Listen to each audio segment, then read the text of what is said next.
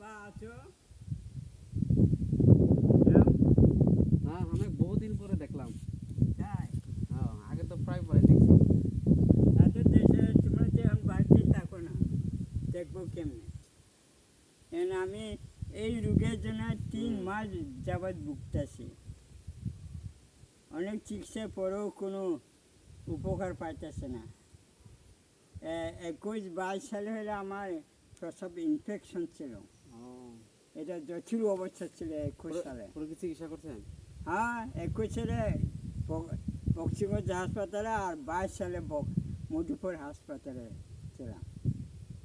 তখন আমার জটিল অবস্থা। এখন এখন এই রোগেও চিকিৎসা করছি, কিন্তু 3,000 ফেলাইছে, তবু উপকার শেষ পর্যন্ত আমি বয়সের সাথে সব কিছু।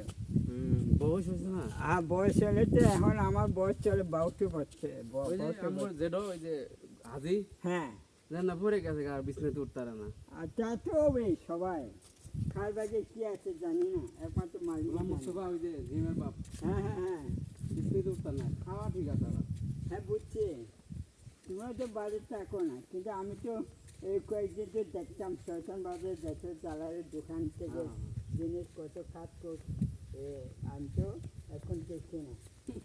এখন যে এখন কাজ কপালে বয়স গেলে পরে তাই হয়। চিকিৎসা করলে না, 2 একদিন ভালো হবে, আবার পরে যাবে।